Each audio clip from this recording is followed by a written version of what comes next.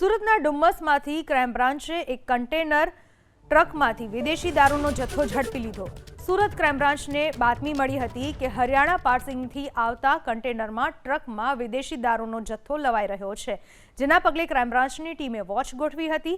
આ container truck ડુમ્મસના golf side નજીકથી પસાર થતા અગાઉથી વોચમાં ઉભેલી પોલીસે અટકાવ્યો હતો। કન્ટેનર ટ્રકની તલાશી લેતા ડ્રાઈવરની કેબિનમાં ચોરખાનામાં છુપાવેલી વિદેશી દારૂની 288 બોટલ મળી આવી હતી। પોલીસે ટ્રકના ડ્રાઈવર ચાંદ સતનારાયણ ભારદ્વાજની 16.25 લાખના મુદ્દામાલ સાથે ધરપકડ કરી। પોલીસે ડ્રાઈવરની પૂછપરછ કરતા તેને હરિયાણાથી ટ્રક માલિકે ચોરખાનામાં દારૂ ભરી આપ્યાનો દાવો કર્યો। એટલું જ નહીં, સુરતમાં કોને આપવાનો હતો તે અંગે લોકેશનની રાહ જોઈ રહ્યો હતો।